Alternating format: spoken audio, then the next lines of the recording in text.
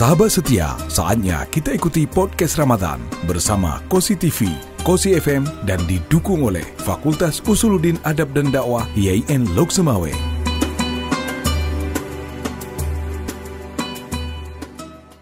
Assalamualaikum warahmatullahi wabarakatuh. Kembali lagi di program Ramadan Podcast Fakultas Usuluddin Adab dan Dakwah Institut Agama Islam Negeri Lok Semawe episode kedua. Dengan saya Daniel sebagai host. Alhamdulillah saya senang sekali hari ini diberikan kesempatan untuk menjadi host dengan narasumber yang sangat hebat pada pagi yang berbahagia ini, yaitu Ibu Dr. Marhamah. Ibu Dr. Marhamah sendiri merupakan dekan Fakultas Usuluddin Adab dan Dakwah. Dan pada pagi Ramadan yang sangat cerah ini, sangat bahagia ini, saya ingin berbincang santai dengan Ibu Dr. Marhamah langsung. Sebelum itu saya akan menanyakan kabar terlebih dahulu. Ibu Dokter, bagaimana kabarnya Bu? Alhamdulillah selama puasa ini masih lancar. Kegiatan masih semangat Bu ya. Alhamdulillah. Ya, cuman kita belum tanya mahasiswanya lagi, mahasiswa ini lebih sehat lagi harusnya. Harus lebih sehat lagi karena kegiatannya lebih teratur dengan pola makan yang lebih baik, bergizi juga. Lebih bergizi. Karena tiap buka sop buah ya Bu. Ya. Karena lebih ceria dalam belajar Ibu ya. Insya Allah kita akan membahas tentang perkuliahan tentunya Bu ya. Cuman tema pada pagi yang berbahagia ini kita lebih ke puasa karena tentunya perkuliahan berjalan dalam bulan puasa. Di sini saya ingin bertanya Bu, mungkin ini salah satu pertanyaan yang juga diajukan mahasiswa tentunya setiap tahun. Mungkin alhamdulillah karena ada program Ramadan Podcast ini bisa langsung ditanyakan pada Ibu Dokter. Ini kan bulan puasa Bu tentunya. Jadi kenapa harus kuliah? Itu kan di kepala mahasiswa tentunya ada berbagai macam problem seperti itu ya. Ini pertanyaan mahasiswa apa pertanyaan Daniel nih? Sebelumnya kan saya mahasiswa, alhamdulillah sudah jadi alumni. Ya makanya nggak nanya lagi ya. Berarti kalau kemarin itu ya maunya jangan ada kuliah ya. Jangan ada kuliah, masih malu-malu bertanya karena status masih mahasiswa. Jadi kalau nggak kuliah? Kalau nggak kuliah? Tidur-tiduran. Tidur-tiduran. Aduh. Ibadah tapi katanya bukan? Itu katanya ya. Katanya. Jadi bagaimana pendapat Ibu kuliah yang berlangsung dalam bulan puasa? Baik, terima kasih. Jadi kalau untuk menjawab pertanyaan ini pertanyaannya memang sepele ya. Jadi agak-agak susah menjawabnya ini ya. Mahasiswa menunggu ya kuliah diliburkan, itu jawaban yang mau ditunggu ya. Jadi bisa kita lihat ini jawaban untuk pertanyaan ini dari beberapa aspek.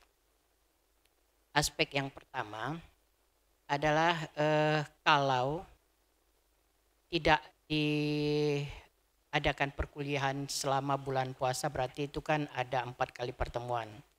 Sementara kita ini, walaupun ini ada kebijakan berbeda-beda ya. Kita ini ada sebagian perguruan tinggi yang menurut kalender akademiknya sudah ditentukan ya sampai 16 kali pertemuan itu di bulan berapa, tanggal berapa, kemudian berlanjut dan seterusnya. Nah kalau ini kita potong 4 kali pertemuan, maka itu akan mengganggu proses atau prosedur yang sudah ditetapkan. Ya, kecuali memang sudah disetting sejak awal ya, kita sudah kosongkan selama bulan Ramadan ini tidak ada kuliah. Tapi sulit karena memang akan masuk nanti dia kalau kita setting seperti itu dia akan masuk ke semester selanjutnya yang nggak boleh harus sudah selesai sebelum masuk semester selanjutnya, semester ini sudah harus selesai. Nah, jadi itu yang pertama dari segi kalender akademiknya ya. Nah kemudian dari aspek lainnya kita melihat ini kita kekhawatiran kalau kita meliburkan ya selama bulan puasa ini akan terjadi learning loss namanya ya. Takutnya ada kehilangan kemampuan mahasiswa untuk mengembangkan ilmu pengetahuan karena sebulan ini waktunya sangat jauh untuk kembali ke materi awal Bu. Jadi khawatir itu nanti ya kan.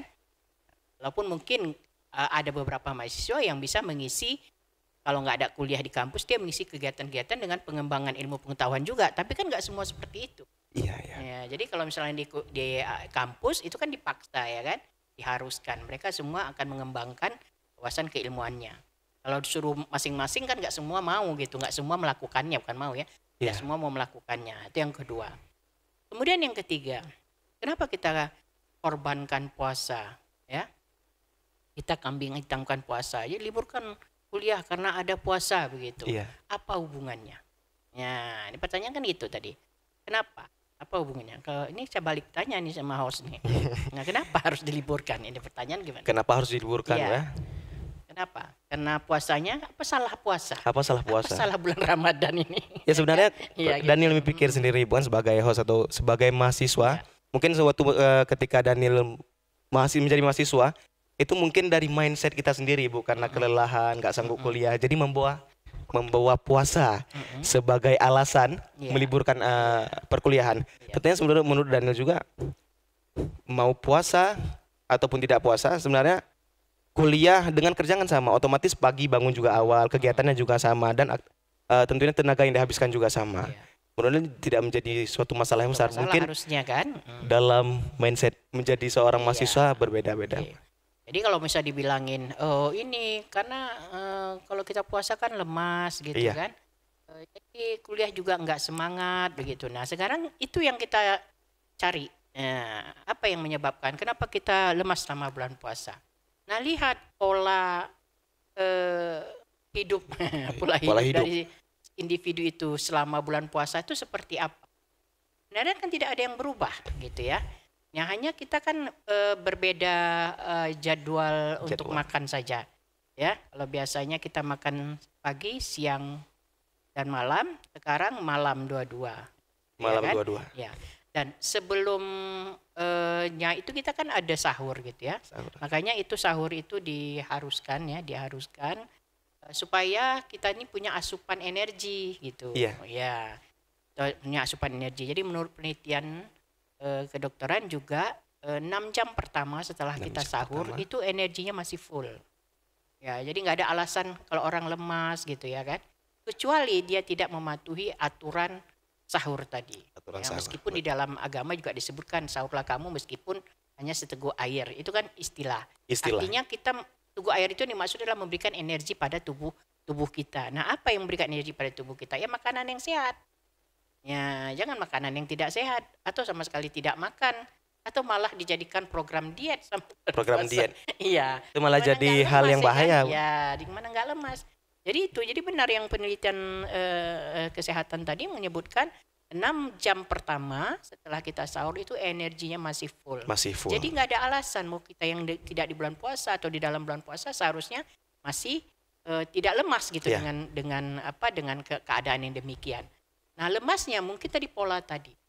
Jadi kalau kita kuliah, kalau kita sebagai mahasiswa ini ada kuliah pagi terutama ada pagi. Maka setelah sahur jangan kita tidur lagi. Ya. Kalau kita tidur lagi pertama biasanya kita bangun kan terburu-buru gitu terburu-buru, ya. Oh ini ada kuliah. Itu pasti lemas. Ya kan? Kemudian kita karena terburu-buru ya, maka kita sampai di kampus itu juga moodnya juga nggak bagus ya kan? Iya, moodnya juga nggak bagus karena kita terburu-buru.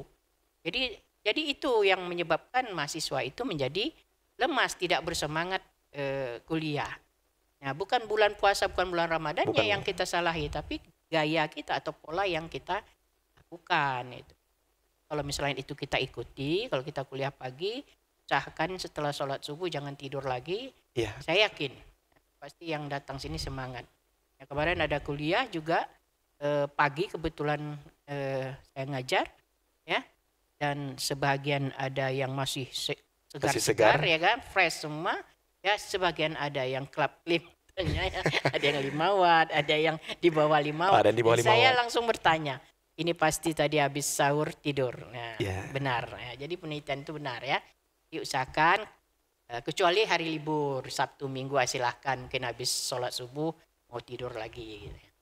Karena kalau kita tidur lagi hanya sebentar itu biasa yang membuat kita lemas ya, dan pusing lagi gitu ya. Bangunnya pun pusing, bukan segar, bukan sehat. Itu mungkin. Ya. Jadi penyebabnya salah satu mahasiswa yang semuanya umumnya itu karena tidak sahur berarti Pak? Karena tidak sahur. Jadi ada pertanyaan ini, bagaimana kalau misalnya mahasiswa emang tidak sahur karena ada alasan tertentu, contohnya tidak bangun, kemudian bergadang dengan alasan memang melakukan pekerjaan tugas, menyelesaikan tugas kampus dan sebagainya macamnya. Ini apakah diperbolehkan ataupun diizinkan untuk libur kuliah. Nah, khawatirnya kalau itu alasannya nanti semua alasannya begitu. Alasannya seperti itu karena bulan puasa. Saya mengerjakan tugas. Bu, saya tidak sahur gitu ya. Pada sahurnya cukup banyak ya. Cukup banyak. Ya, jadi kan memang kita manusia itu tipe manusia ya. Kalau diberi peluang dia akan mencari peluang-peluang lain. Berarti 6 jam. Peluang-peluang lainnya. 6 jam secara 6 jam kedokteran. setelah sahur itu full masih energi. Setelah itu agak menurun, tapi bukan kosong. Agak menurun. Dan itu kan kita udah mau mendekati berbuka ya kan? Iya. Ya, jadi kalau mendekati berbuka agak lemas sedikit wajar. Tapi kok di awal-awal kita kuliah 7.45 udah lemas, itu perlu dipertanyakan bagaimana pola sahurnya ya. Nah, kalau tadi Daniel mengatakan ada tugas. Nah, itu yang harus kita manage waktu. Ya kan? Jadi kan kondisi kita ini berubah, pola makan kita kan berubah. Benar. Ya kan? Maka kita menyesuaikan. Nah, kalau usahakan ini menurut tips juga ya.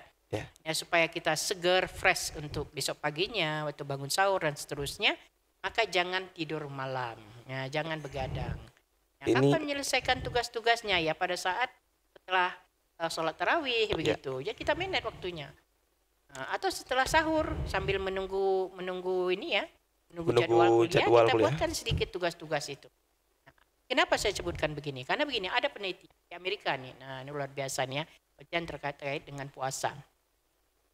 Bahwa dengan berpuasa itu justru meningkatkan kreativitas.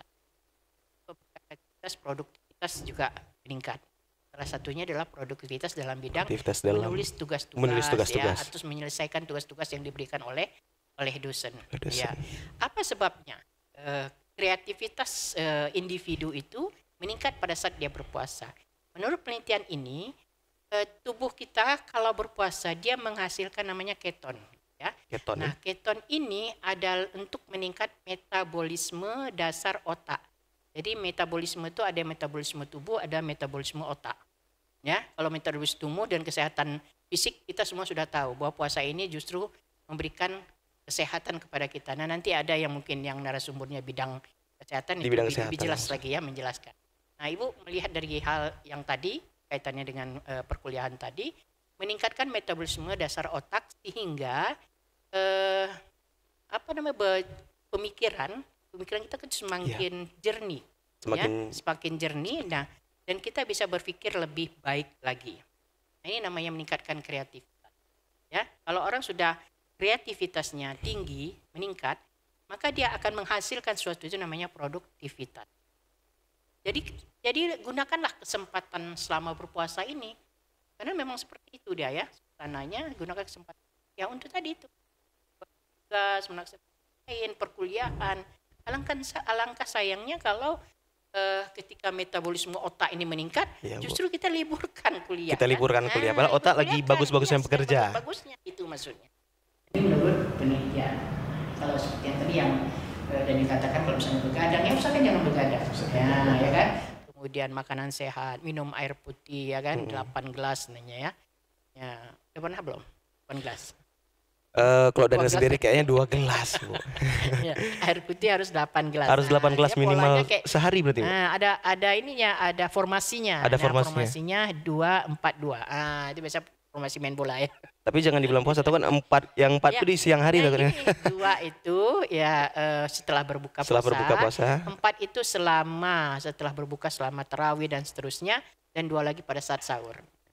Itu insya Allah kalau bisa dilakukan seperti itu kita akan sehat, fresh. Karena tidak dehidrasi ya. Karena kan tubuh kita ini kan lebih banyak persentasenya mengandung air ya. Dan kalau kita beraktivitas mengeluarkan keringat dan lain sebagainya, maka akan dehidrasi kalau kita kekurangan cairan. Maka lebih baik kalau kita mengikuti aturan minum tadi 2-4-2. Itu ya polanya. Ini luar biasa sekali, ini tips untuk para pemirsa Kosi TV dan pendengar Kosi FM tentunya. Ini tips yang diberikan Ibu Dokter, ini bukan dokter dari bidang ini bisa jadi dokter sebenarnya ini. Kalau ini dokter dan dokter, dokter dan dokter. Ibu Marhamah ini sangat luar biasa. Ini kita sangat bersyukur pada hari ini kita kedatangan tamu yang istimewa, Ibu Dokter Marhamah. Plus dokter ya. Plus dokter ini. Tapi ada ijazahnya dokter. Ada ijazahnya. Tapi ilmunya luar biasa. Ini gini, kita tadi kan paham nggak sebenarnya, Bu? Ini otodidak aja, banyak membaca-baca bahwa bagaimana supaya kita fresh, supaya sehat gitu ya. Dia kan sama juga ya, mahasiswa dengan dosen Mahasiswa kan dan dosen juga. sama-sama. Dosen juga harus fresh juga ya, jangan dosen juga ngajar agak-agak lemas gitu, gimana lagi dengan mahasiswanya kan. Nah, Berarti itu mahasiswa nggak boleh bilang, oh itu dosen, Iya. dosen lebih sanggup. Padahal Iya, sama-sama makan nasi, sama-sama betul. minum air juga padahal Iya. kan. Jadi Ibu telah menjelaskan tips-tips bagaimana caranya lebih semangat. Kemudian ini ada soal dari mahasiswa juga tentunya, pertanyaan. Seandainya solusi ketika lemas dalam perkuliahan. Iya. Ini solusi ketika lemasnya dalam perkuliahan, bukan Ketika kuliah ya. berarti dia menjalankan ataupun mengambil tindakannya ketika di perkuliahan itu. Udah lemas nih misalnya, ini kan Daniel yang lemas, penjelasannya sekitar pukul 10 lah, ini kan Iya. belum 6 jam Iya. tentunya. Kemudian masuklah aura-aura ataupun hawa-hawa ngantuk, hawa-hawa lain. Itu bagaimana solusinya ya, Bu? Iya. Apakah Ya, dengan buka kantin Iya, betul ya. Apa disuruh buka ya? dan sebagainya, itu bagaimana tanggapan dari Ibu dokter? Ya, ini berarti tergantung kepada dosennya, Dosennya. ya. Jadi mungkin kalau udah terlanjur lemas mau bagaimana ya. Kita akan berupaya, ya ini juga tantangan ini bagi Tantangan. dosen juga. Jadi puasa ini tantangan bagi mahasiswa dan tantangan bagi dosen. Bagi dosen tantangannya adalah bagaimana dia mengemas, menyampaikan materi yang menarik. Ya, sehingga mahasiswa semangat untuk mendengarkannya. Mendengarkan. Sehari-harinya pun kita harus bisa menampilkan materi yang menarik supaya mahasiswa semangat untuk mengikuti perkuliahan. Apalagi dalam kondisi yang berpuasa sekarang ya. Iya benar. Ya, karena memang keadaan ya menuntut seperti itu. Ya, mungkin itu ya tantangan bagi dosen, upayakanlah bagaimana supaya mahasiswa yang lemas itu kan karena tidak semangat, Karena gitu tidak ya. semangat. Tidak semangat gitu. Aduh, harusnya bisa tidur, harusnya begini, jadi harus datang buru-buru. Apalagi tadi seperti kejadian tadi yang Ibu ceritakan tadi ya. Misalnya dia tiba-tiba terbangun, ada kuliah pagi buru-buru ya. Buru-buru. Itu sampai di sini pasti dia tidak semangat, dan itu tertunjukkan dengan tampak pada tidak kondisinya yang lemas gitu. Ya, mungkin banyak cara yang bisa kita lakukan, cuci muka gitu ya, yang sederhana-sederhana lah ya. Tapi yang paling penting bagi Ibu adalah bagaimana itu materi yang disampaikan dosen itu bisa memunculkan semangat. Ya, Berarti ini juga. jadi waktu dia lemas ketika Iya, benar. misalnya dengan humor, dengan bagaimana lah ya kan, dengan model-model yang bagaimana dilakukan oleh dosen, sehingga itu mahasiswa bisa tumbuh lagi semangatnya dan tidak lemas lagi. Gitu. Berarti dosen di sini harus lebih juga bertanggung jawab ketika Iya. mahasiswa lemas, Bu. Benar. Kemudian Ibu selaku dokter tentunya juga, Daniel penasaran nih, ini apa makanan berbuka kemudian Iya. makanan sahur yang Iya. Ibu santap? Iya, biasa. Karena saya lihat Ibu dokter ini selalu fresh. Iya. Ketika perkuliahan pagi-pagi, mahasiswa masih di jalan, Ibu Iya, sudah Ibu standby di sampai ya. kantor dengan Oke. segar bugarnya. Iya. Ini sangat luar biasa Ibu Dokter Marhamah ini. Apa sih sahur misalnya makan kurma Iya. atau makan apa itu bagaimana? Bu? Iya, sebenarnya ya gitulah ya. Kita harus mengikuti seperti apa yang dicontohkan oleh Rasulullah Oleh ya kan. Rasul. Nah, intinya jangan berlebih-lebihan. Kalau Rasulullah kan itu ya, pertengah-tengahan ya, kurang tidak, lebih tidak ya itu ya. Jadi pertengah-tengahan. Ada satu yang kita penting pahami ya, yang disampaikan oleh Rasul terkait dengan makanan, memakan Iya. ini makan ya. Makanlah ketika lapar gitu ya. Ketika lapar. Dan berhenti sebelum kenyang. Ya, kalau udah kekenyangan pasti jatuhnya ngantuk gitu ya. Nah, jadi seperti biasa aja, sebenarnya normal-normal aja. Kita buka dulu dengan air putih ya, atau mungkin untuk kita kan selama 14 jam ya kalau di Indonesia 14 ini ya, jam, 14 jam. 14. Ya, sekitar itu berarti kan gula kita itu turun nih gitu ya. Maka kita harus menaikkan lagi ketika berbuka puasa. Maka minumlah yang dipandu ya, dicontohkan oleh Rasulullah kan, makanlah yang manis-manis. Kalau saya ngambilnya buah kurma aja. Buah kurma. Ya, 3 butir itu sudah cukup. Kemudian sholat dulu baru makan. Makan seperti biasa ya, makanan sehat saja gitu ya. Karena kalau kita langsung makan pada saat berbuka, nah itu juga tadi terkejut. Pertama dari segi ini ya, kesehatan fisik ya, itu tubuh akan terkejut kalau tiba-tiba disuruh bekerja gitu ya, bekerja berat. Itu kan makanan berat tuh, nasi tadi kan, jangan langsung kita suruh bekerja. Padahal tadi dia istirahat sekian jam ya kan. Ya, Jadi pelan-pelan kita kasih tugasnya ya, kita kasih makan kurma dulu atau kue dulu, terserah lah kebiasaan-kebiasaan bagaimana, asal jangan banyak. Asal Ya, jangan banyak. jadi istilahnya makanan pembuka gitu ya. Ya. Istilahnya kayak seperti orang tidur, kita bangunin langsung Iya, kita jangan suruh kerja, tiba-tiba jangan kerja. gitu kan. Jadi Ya, pelan-pelan disuruh. Ya. pelan-pelan. Setelah kita sholat, sudah ada jeda beberapa waktu, baru kita makan seperti biasanya. Nah, sahur begitu juga. Ya, sebenarnya kalau kebiasaan ibu sahur ini kebiasaan, nggak sama semua orang ya. Iya, iya. Walaupun ibu memberikan tips tadi, mestinya sahur itu makan makanan bergizi, tapi Bergizi. itu tergantung kebiasaan tubuh juga. Kalau tubuh udah terbiasa itu dia nggak terkejut juga. Saya kalau sahur ibu nggak makan, tapi minum saja, minum yang bergizi gitu ya. Bergizi. Ya, minuman yang bergizi, misalnya susu atau sebagainya. Karena kalau ibu makan malah nanti nggak sehat. Nah, kebalikan ini ya. Jadi Harus sesuai dengan tergantung. kondisi tubuh Ya, gitu ya. tergantung dengan tubuhnya juga. Jadi nggak bisa dipaksa juga. Oh, ini Bu bilang harus makan. Bu, justru saya makan Bu, nggak bisa kuliah ini ya. Jadi sesuaikan. Tapi yang penting jangan tidak ada apa-apa, jangan tidak ada kosong sama sekali. Bangun tetap ya kan. Kemudian jangan tidur lagi. Kecuali nanti ada waktu libur. Biasanya tidur itu yang buat kita lemas. Karena kita bangun tiba-tiba gitu. Bukan tidur yang ini ya. Yang Bukan seperti tidur jadwal yang sesuai sudah. dengan jadwal. Ya itu. Mungkin gitu. Itu aja sih. Berarti tips yang telah dijelaskan Ibu Dokter tuh harus kita lakukan ya, para pemirsa Kosi TV dan pendengar Kosi FM tentunya. Tadi Bu berarti makan secukupnya, Iya. kemudian makan yang bergizi untuk Bergizi, buka dan juga iya. sahur. Tapi harus sesuai dengan kondisi tubuh Ya, juga, Pak. sesuaikan juga dengan kondisi tubuh. Ya. Tetapi menurut Daniel sebenarnya Indonesia ini masih lumayan nggak lama-lama kali Iya, ada yang untuk lebih puasa ya. 13-14. Daniel searching di Google tuh Finlandia kalau nggak salah. 23 jam, 22 jam kalau salah 23 jam. Ya. Berarti Udah dia hampir satu buka, hari ya. berbuka dengan sahur Ya, sekaligus. sekaligus ya. Itu Daniel mikirnya tarawihnya gimana? Iya. Isyanya di mana? Ada negara di bagian bumi lain itu puasanya sampai dengan Ya. 22 jam. Mungkin kita ini masih pertengahan. Nah, jadi tantangannya lebih berat ya. Tantangan lebih berat di Finlandia.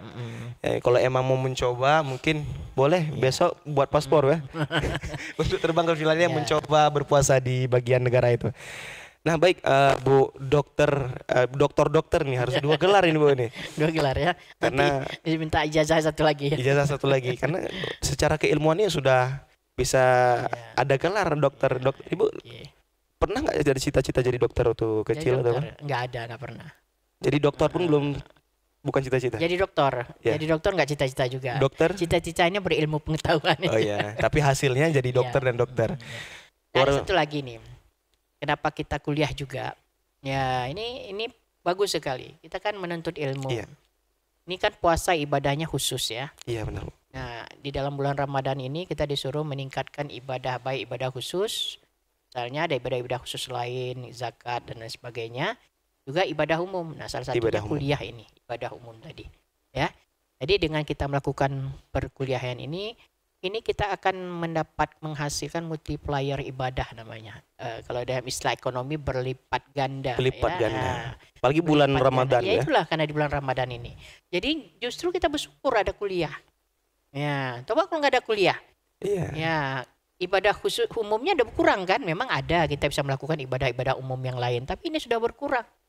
Ya penggandaan pahala gitu. Jadi kalau orang ekonomi ini yang dikejar orang yang itu yang mana kapan bisa menggandakan. Bonus ya. Nah kita sebagai seorang muslim juga begitu.